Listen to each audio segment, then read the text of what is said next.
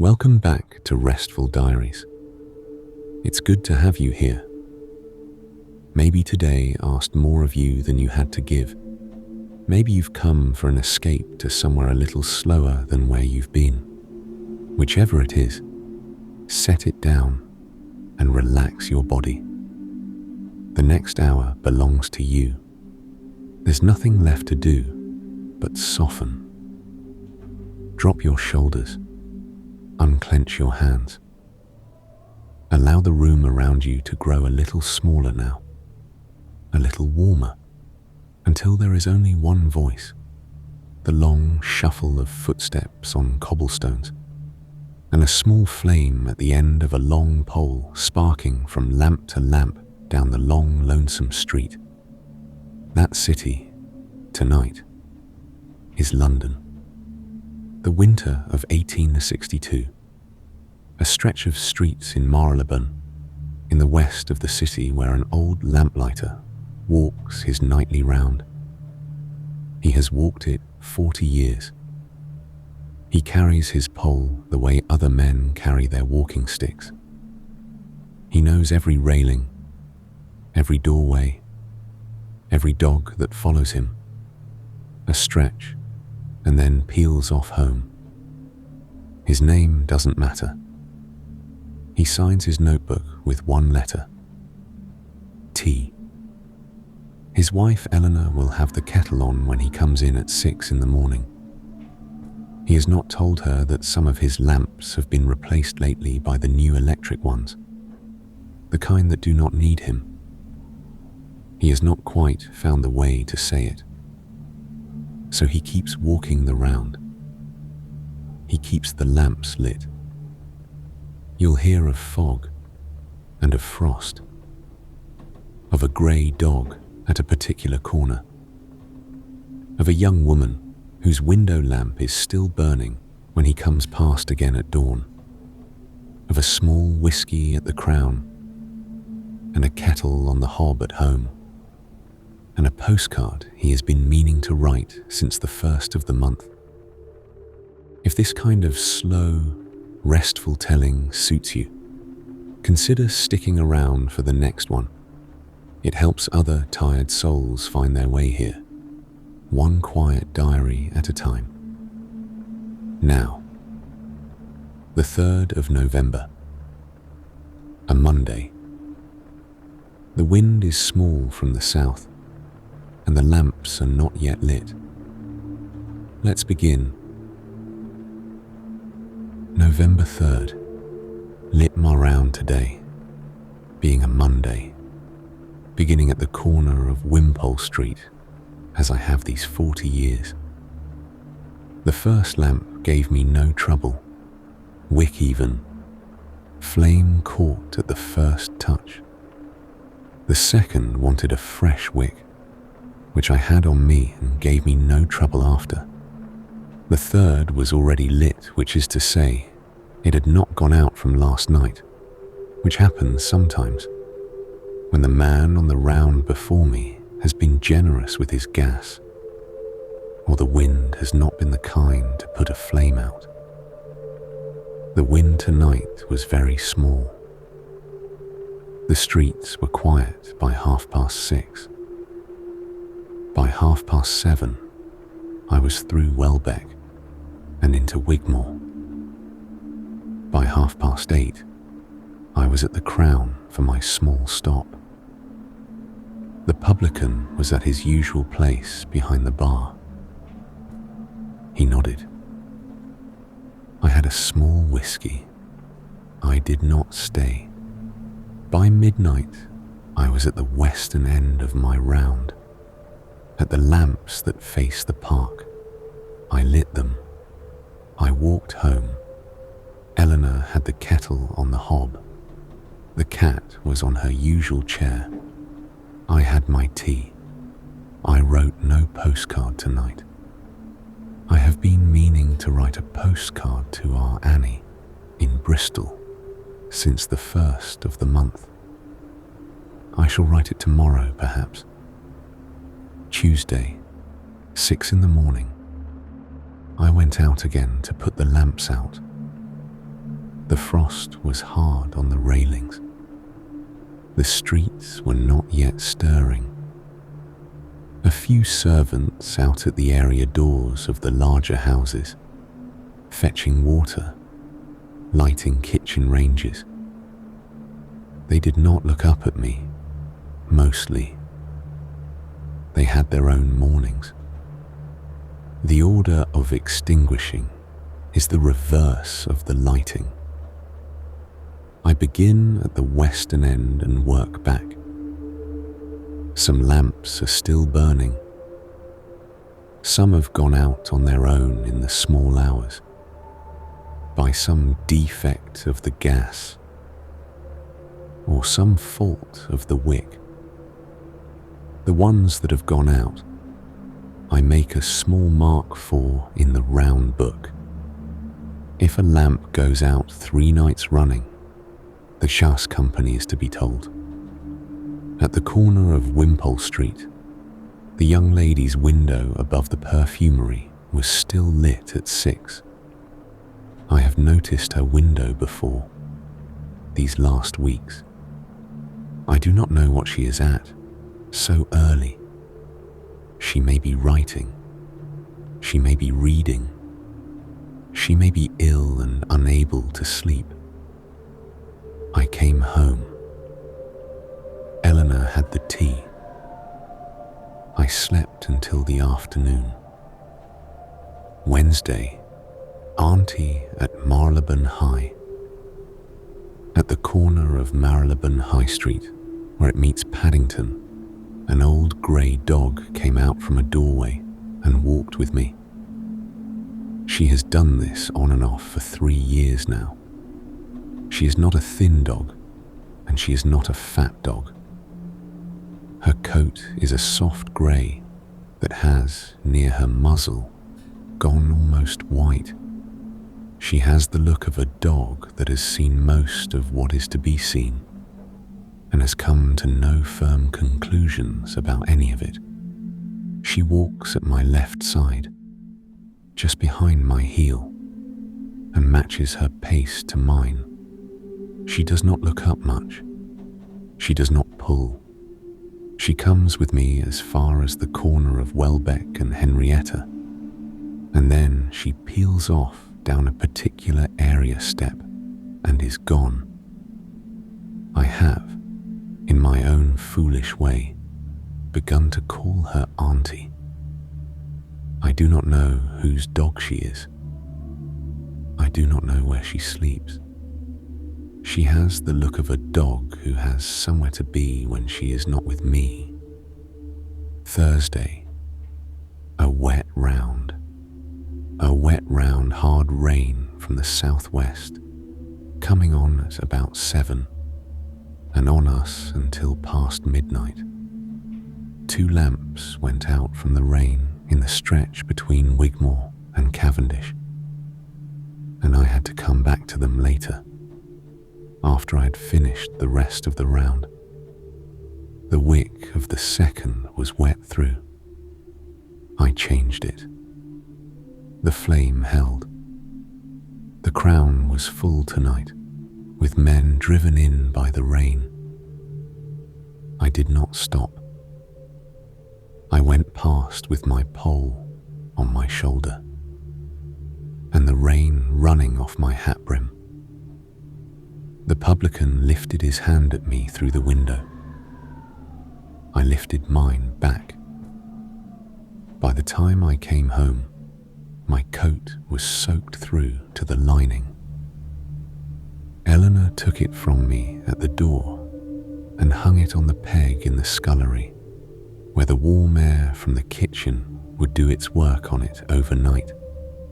She gave me a dry shirt and the tea. I sat at the kitchen table a long while afterwards. The rain did not let up. The cat slept on the chair. I'll not write more tonight.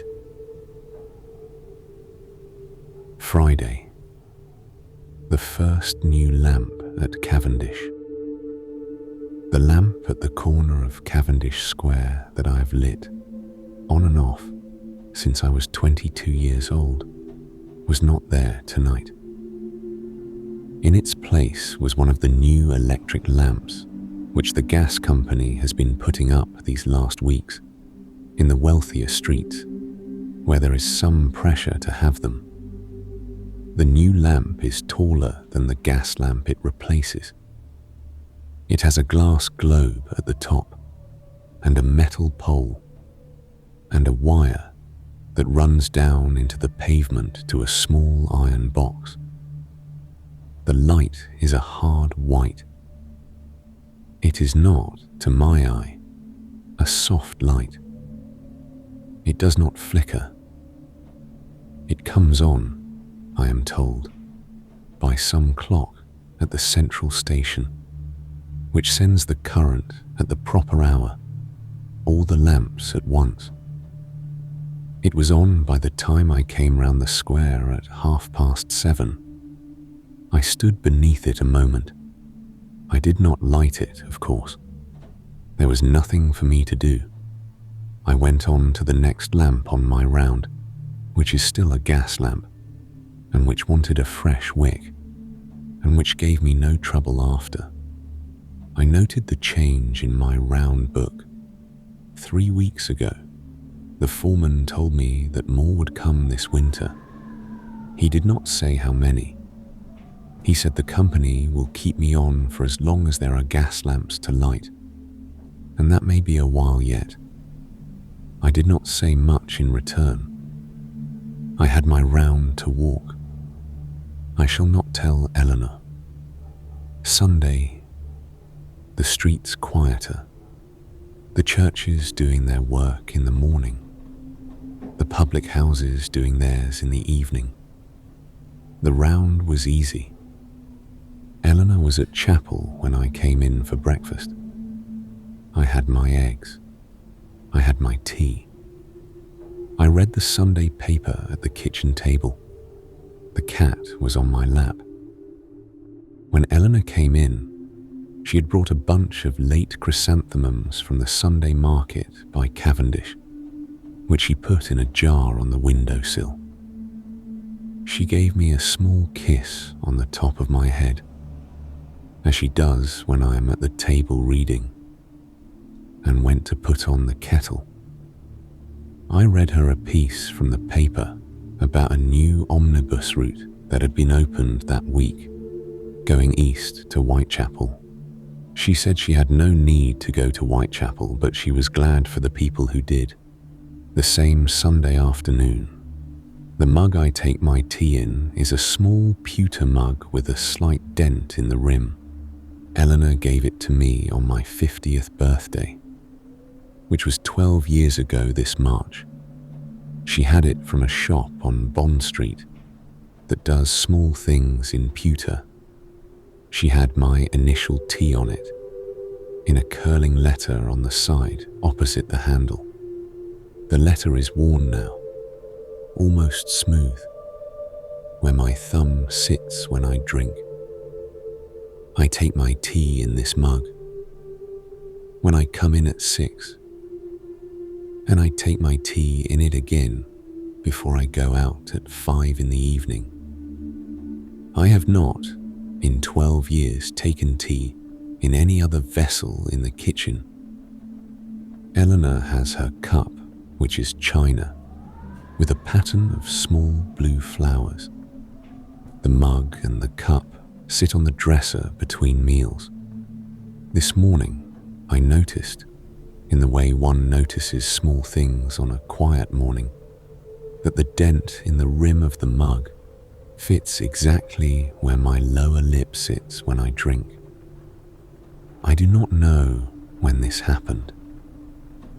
It must have happened over the years, by the slow pressure of the lip against the soft metal. The mug has, in this way, taken my shape. I do not know if Eleanor's cup has taken a shape. She might say. I shall ask her, perhaps, or perhaps not. Tuesday, 6 in the morning. The window above the perfumery. Frost. The wind was from the east and small. The young lady's window above the perfumery was lit. I paused under it a moment, on the pavement, on the pretense of adjusting my pole. I did not look up too long. It would not do for a man my age to be seen looking up at a young lady's window at 6 in the morning.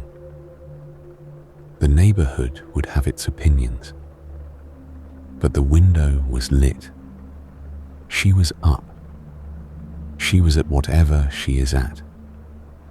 I went on with my round. I do not know who she is.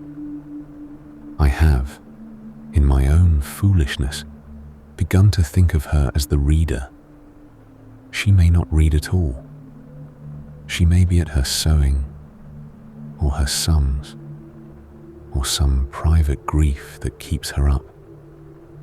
But the lamp burns. She is awake. There is a particular comfort in knowing that another soul is awake. Somewhere in the city, in the hour before the city wakes. I came home. Eleanor had the tea. I slept. Monday, 10th of November. 47 on the round. Round in good order. Wind small from the southwest. No rain. I lit 47 lamps tonight, by my count, in the order I light them. There were 48 on the round a month ago. There were 49 3 months ago.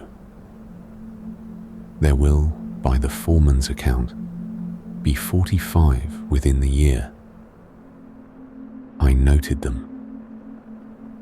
I have a small column in the round book where I keep the count from week to week. I had not, until this autumn, troubled with the column. Now I trouble with it. Auntie did not come tonight. I did not see her at her corner. I went on without her. It does not, of course, signify. She has her own affairs. The doorway on Welbeck, where the broken transom hangs from one hinge, had its broken transom still hanging from one hinge. It has been hanging there a year. The landlord does not, I think, intend to mend it. I have grown fond of the transom. It is one of the small, unmended things of the round that one passes and notes and goes on past. The Crown was quiet. The publican gave me a slice of pork pie from his wife's baking. I ate it, standing at the bar. I went on with the round. I am tired tonight. Eleanor had mended a tear in the inner pocket of my coat this morning while I slept, and the new stitches caught against my shirt as I walked. It was not unpleasant. It was a small reminder on a cold round that I had been mended at home. I went to bed straight after my evening tea. Wednesday. A second new lamp at Wigmore. At the corner of Wigmore Street and Wimpole, a second of the new electric lamps. It was up by the time I came round at 7:15. The gas lamp it replaced had been there since I came onto the round in 1822. I had lit it, by my own counting, perhaps 14,000 times. It is a strange thing to know one has lit a lamp 14,000 times.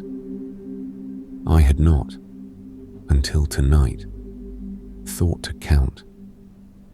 I stood under the new lamp a moment. Its light has a kind of buzz to it, very faint, that the gas lamps did not have. The buzz is not unpleasant. It is the sound of the current in the wire, I suppose. It is a small thing. I went on. The next lamp on the round wanted a fresh wick, which I gave it. The flame caught. The light was warm.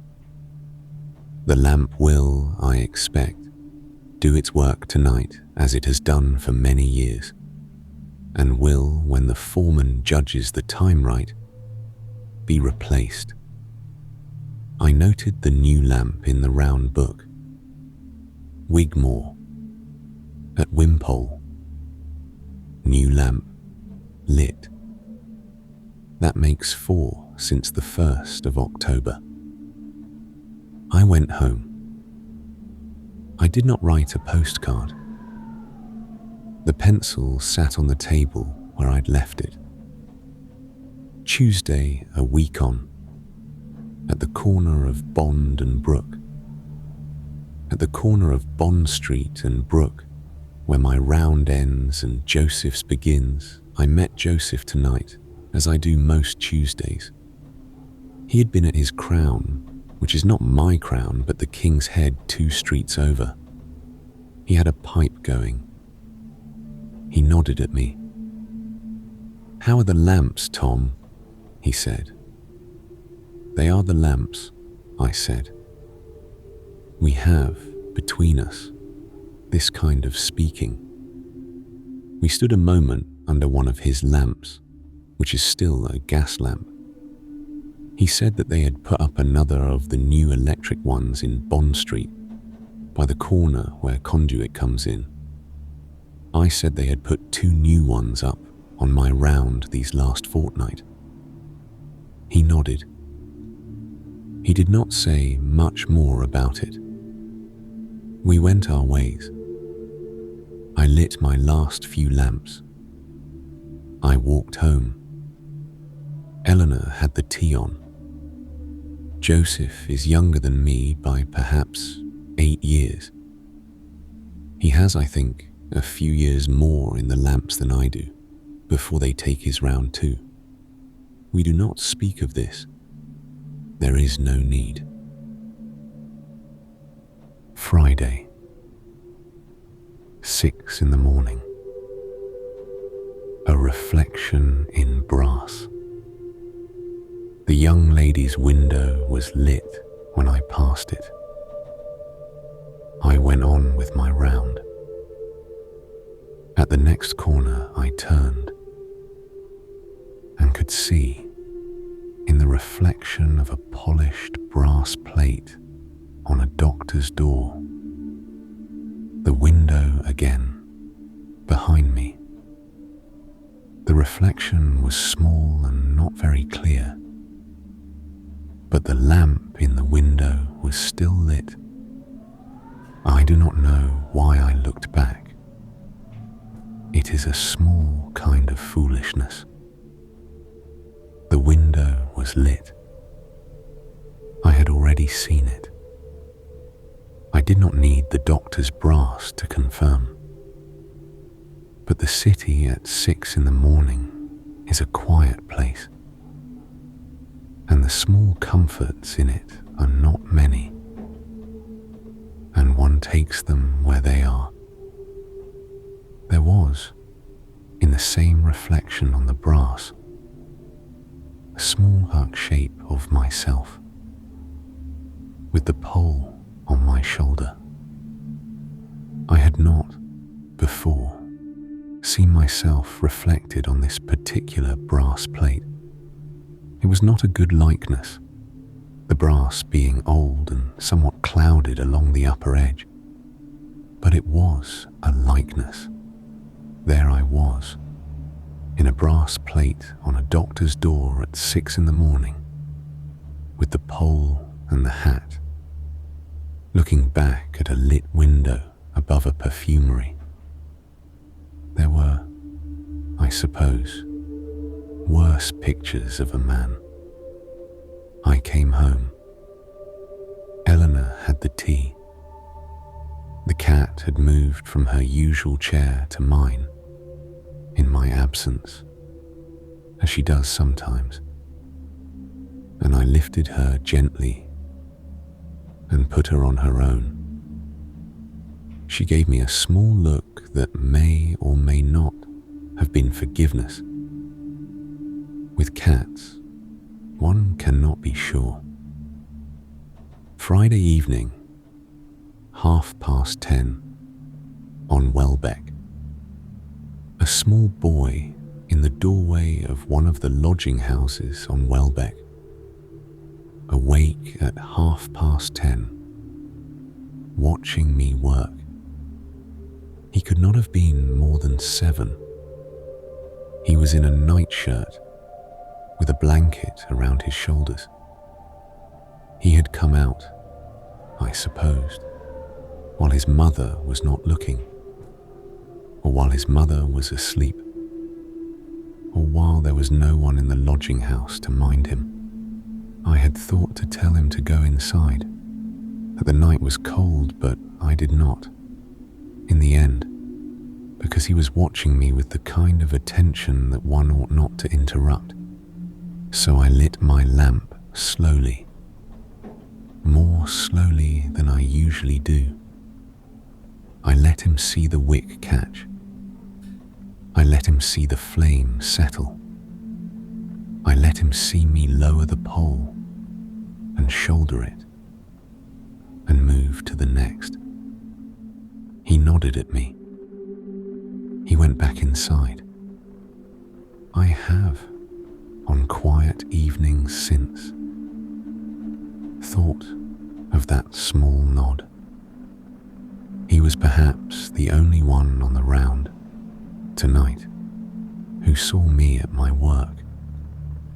Saturday, at the Crown, I take leave at the pub for my small stop. The publican is a man named Albert, who has had the Crown 26 years. He had it from his father, who had it before him. He keeps it well. The brass is bright. The floor is swept. I had my small whiskey. Albert leaned his elbows on the bar. "They've done another one of your corners then," he said. "They have. Bond Street next, they say. Joseph's round that." He nodded. He poured a man at the other end of the bar his pint without looking. He has the publican's gift of doing two things at once, and seeming to do neither. I finished my whiskey. I went back to the round.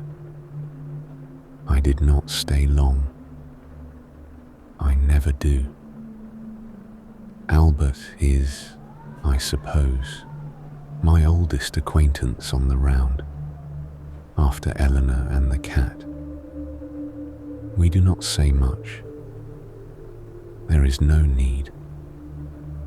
We have known each other through so many small evenings that the saying has been done elsewhere, in some other way. Sunday, a long, quiet, round wind, very small. No rain, no frost. 46 lamps lit, by my count, on the gas. 4 electric, by the company's account, on what was once my round.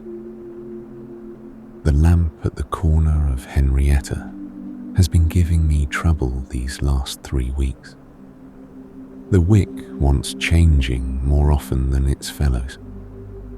The flame, when it catches, sits a little to one side, in the way a flame does when there is some small defect in the burner.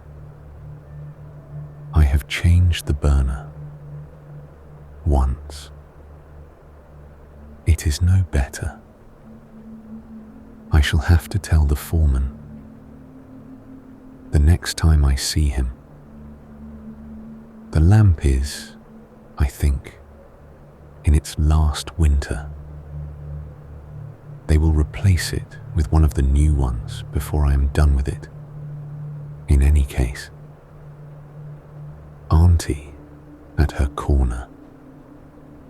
She walked with me as far as Welbeck. She peeled off the crown briefly. The publican nodded. A new boy was sweeping the floor.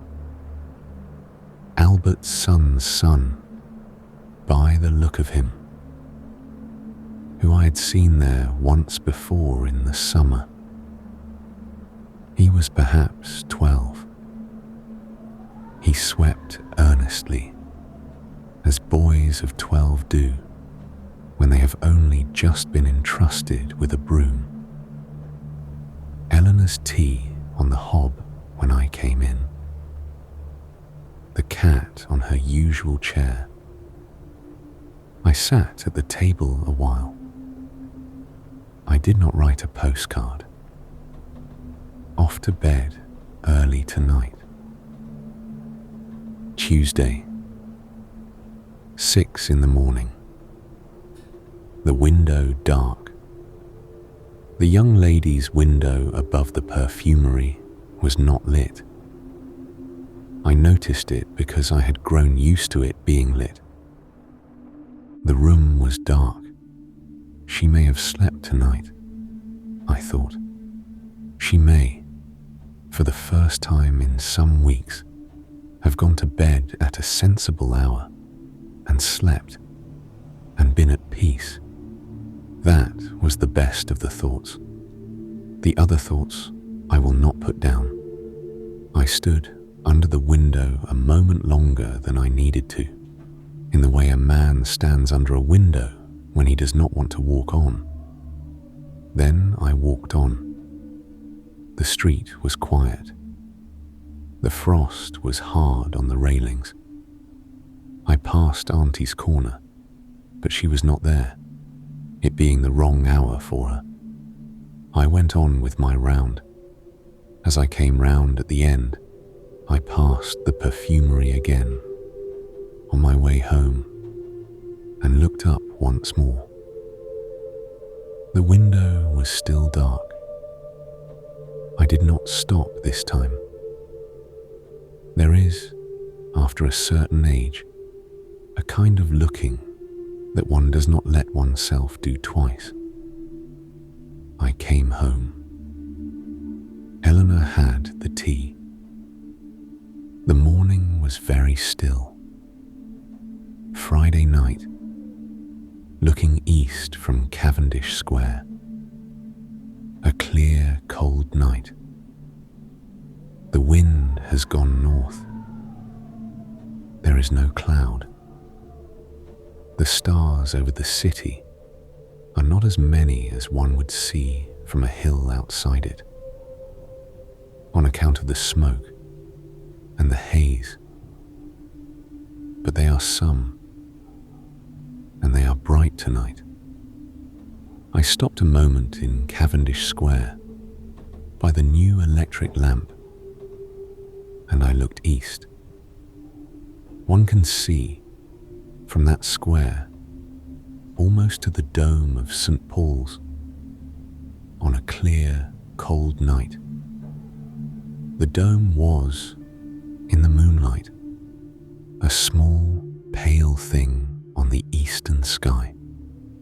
I have stood under that view, in that square, perhaps 2,000 times. I have not, until tonight, stopped to look at it for its own sake. I had always been on the round, I was on the round now, but I gave it a minute. I looked. I went on. The lamp above me hummed quietly in the cold. Saturday, Auntie was not at her corner. She was not at her corner this morning either, by my reckoning, though I had been tired at 6 and may not have looked properly. I do not know where Auntie lives. I have, in my foolishness, tried to follow her once, in years past, when she peeled off from the round. I had walked some 20 paces behind her, on the other side of the street, with my pole on my shoulder and my hat down, pretending to be a man going about his business, and not a man following a dog. She had gone down a particular area step on Welbeck, at one of the older houses, and was inside before I could see whose door. And I had stood a moment on the pavement opposite, feeling foolish, and walked on. It was the only time I tried. I did not, in any case, need to know. The dog had her own business. I had mine. She has missed 3 days before, in past years, and come back. She has missed 5 once and come back. I shall not worry yet, but I miss her tonight. The round is shorter without her. I do not know how a dog who walks only as far as Welbeck and Henrietta can make a round feel shorter, but she does. I went on. I lit the lamps. I came home. Eleanor was awake when I came in, which was unusual at midnight, and she said only that she had not been able to sleep and was making herself a cup of tea. She made me one too. We sat at the kitchen table without saying much. Tuesday, 6 in the morning, the window lit again. The young lady's window was lit again.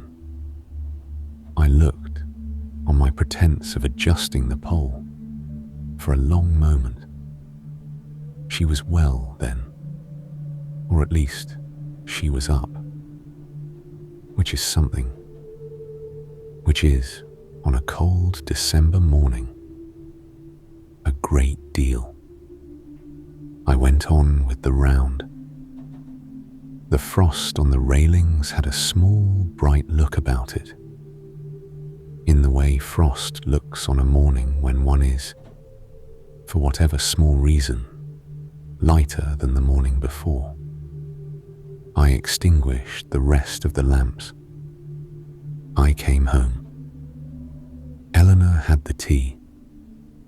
The cat was on her chair. The pewter mug was on the dresser, waiting. Eleanor was humming to herself at the stove, in the way she sometimes does. A small tune that has been in her for many years, and that she does not know she is humming. I sat at the table and drank my tea. I did not say anything about the window, or about the lit lamp, or about why the morning had felt the way it did. There was no need. Thursday. A 4th new lamp on Wimpole. At the middle of Wimpole Street, where the road is widest. A 4th of the new electric lamps. I had not expected this one to go so soon. It was a lamp I lit early on my round, 3rd or 4th from the start, and I had been lighting it as recently as Friday. I stood under it tonight a long while. The men had been at it during the day, I supposed, The hole in the pavement had been filled in. The brass plate at the base of the new lamp was very clean. The light came on at 5:15, before I had reached the corner. I did not light the lamps either side of it for a moment longer than I should have. I stood and looked at the new lamp. The light was a hard white. The street under it was a colour the street has never been. The shadows under the lamp went only in one direction, where the gas lamps cast their shadows in many. It is, I am sure, a better light, by the measure that matters to the company. It is brighter. It does not need a man. It does not go out in the rain. I moved on to the next lamp, which was still mine, and lit it. The flame caught. The light was warm. The street under it became the colour the street has always been. Monday morning. Eleanor at the dresser. Eleanor was in the kitchen when I came in this morning. The kettle was on. The cat was on her chair. The chrysanthemums in the jar on the windowsill had given out, and Eleanor had put a sprig of dried lavender from the bunch she keeps in the dresser in their place. She gave me my tea in the pewter mug, as always. She did not sit down across from me, as she usually does. She stood at the dresser, with her arms crossed, in the way she stands when she is thinking. "You've been quiet, Tom," she said. "Tired," I said. She nodded. She did not press. She gave me a small look that was not quite a look, and went to the dresser and brought down her cup and poured her own tea and sat down across from me, and we drank our tea in the kitchen quiet. I have, over the years, not been good at telling Eleanor difficult things. She has known this without my telling her. She has, mostly, let me come to the telling in my own time. I shall come to the telling, I expect, in my own time. Tuesday. Around in light snow. A light snow began at about 8, while I was on Wigmore. It fell straight, with no wind. It settled on the railings and the windowsills and the briars of hats, and on my shoulders, and on the lamps as I lit them. A gas lamp in snow is a fine thing. The flame inside the glass. The snow on the glass.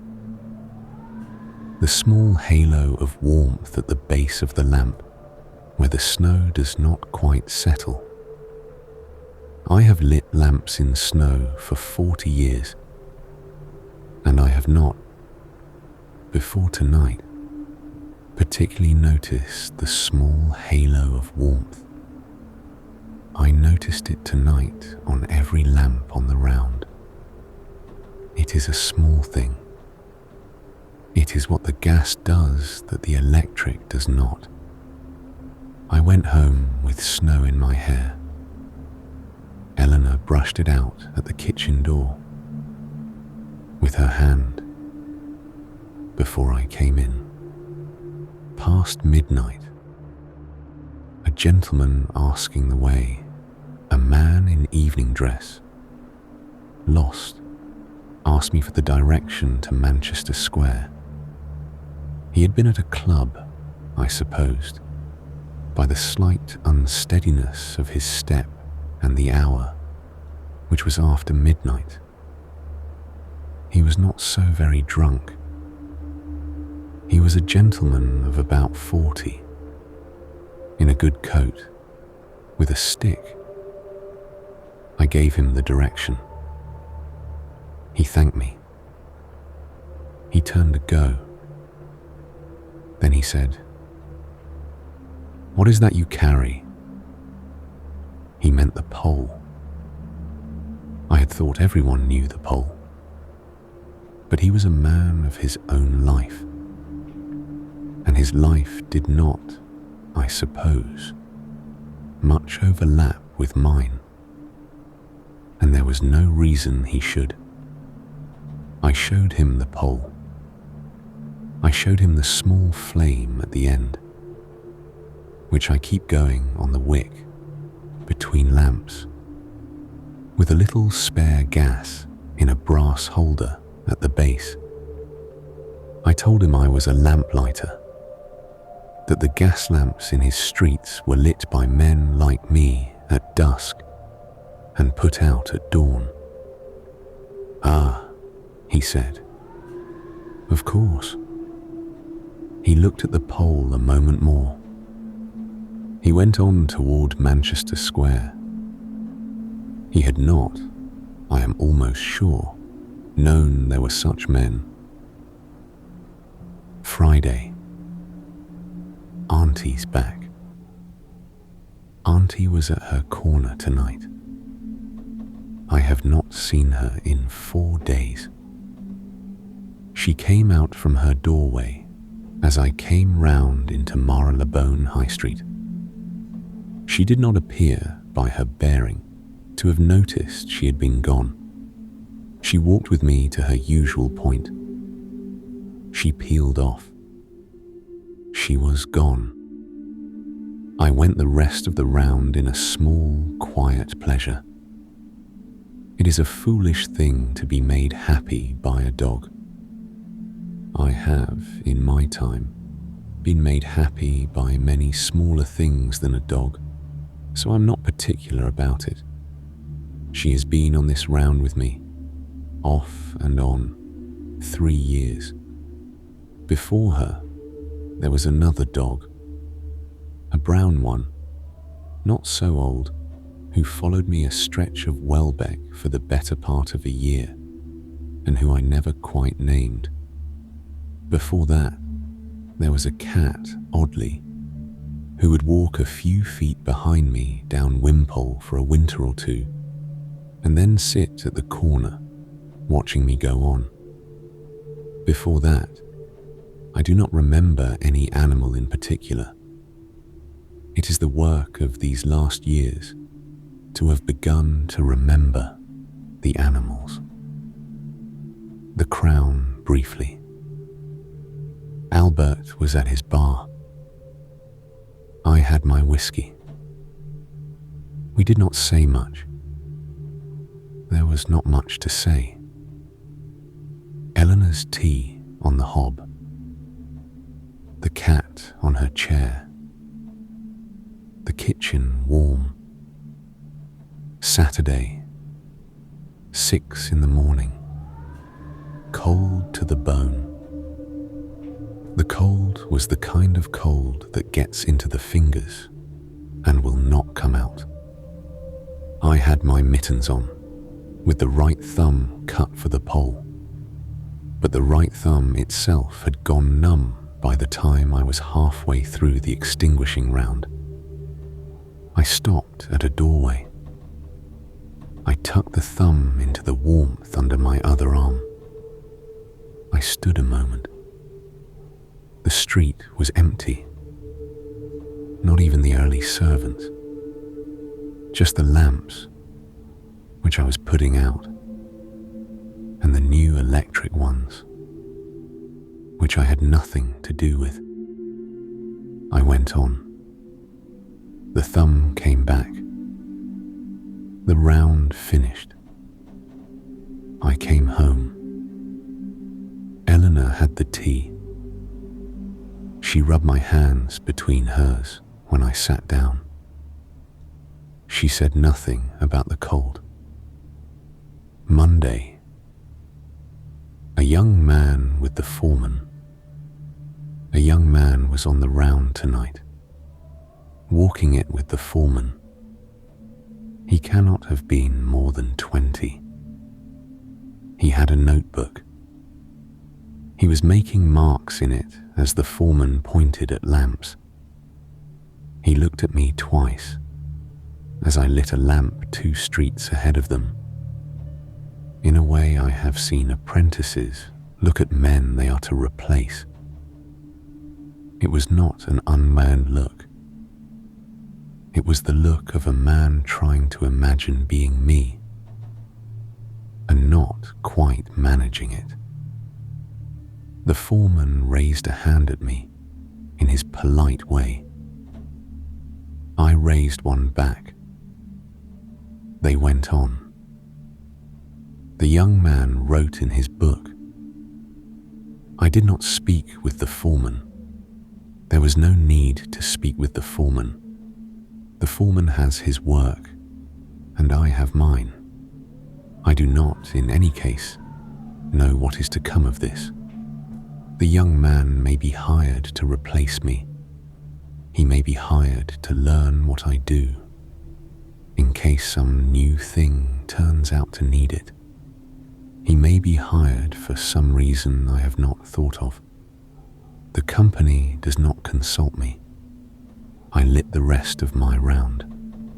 I went home. Wednesday. A cat in the window.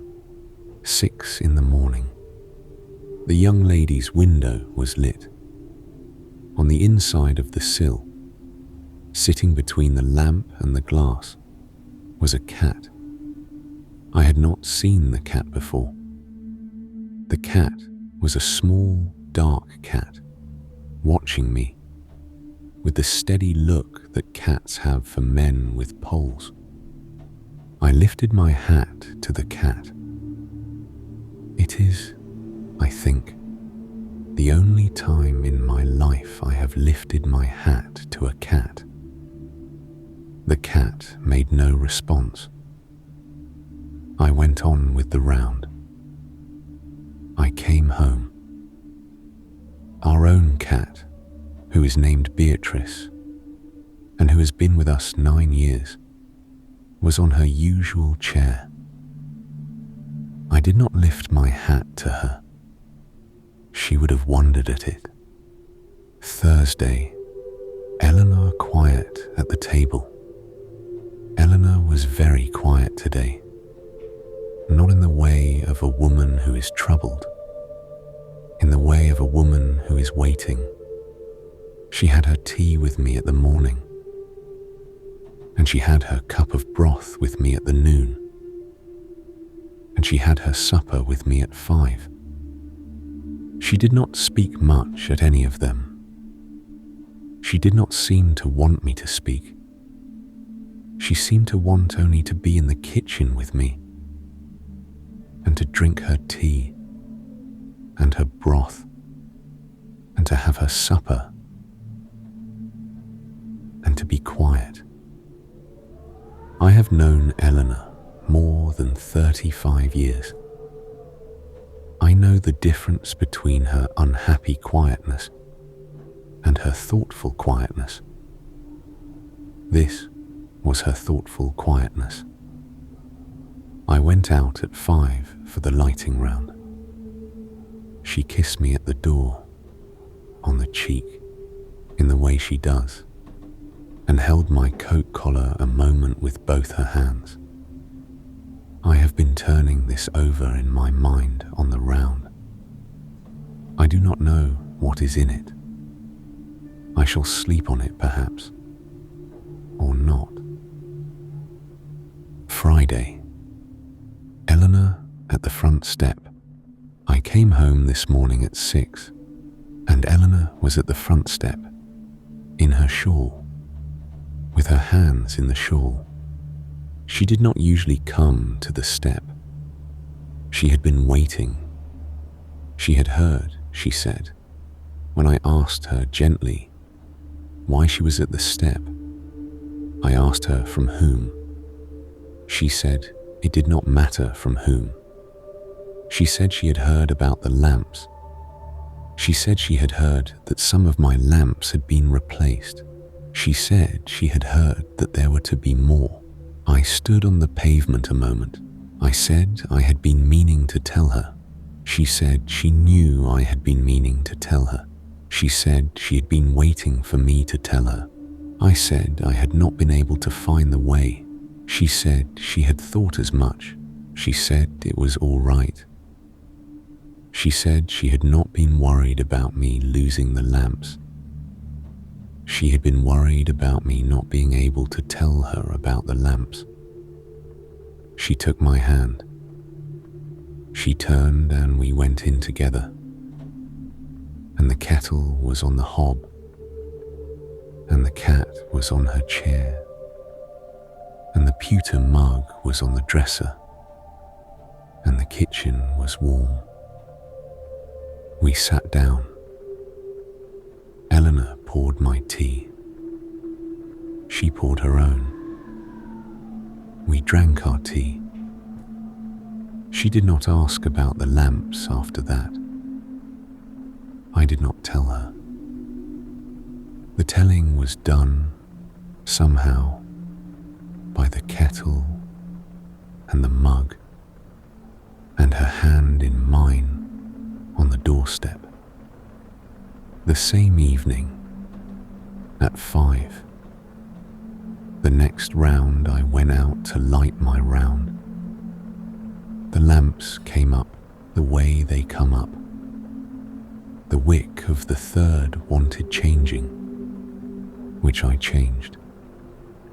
The flame caught. Auntie was at her corner. She walked with me as far as Welbeck. She peeled off. The Crown was quiet. Albert was at his bar. I had a small whiskey. He poured a man at the other end of the bar his pint without looking. I went on with the round. The new electric lamps, where they were lit by themselves. The old gas lamps, where they still are, were lit by me. I lit 46 of them tonight. I came home at midnight, as I do. Eleanor was at the kitchen table.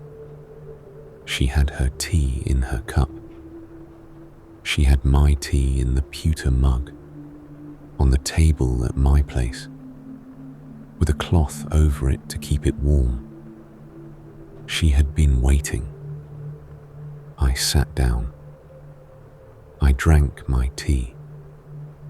The cat was on her chair. I had not yet written the postcard to our Annie in Bristol. I had been meaning to write it since the first of the month. Eleanor pushed across the table with her finger a postcard she had bought for me from the chemist's. It had a small picture of the park in summer on the front of it. I took up the pencil. I wrote, "Dear Annie, all is well with us here. The lamps are lit." I sealed it and went up to bed, and the lamps turned through the night. If your tired soul happens to still be awake, you can go ahead and restart this video now, or you can continue listening to the quiet sounds of this London evening. I hope you sleep well. Good night.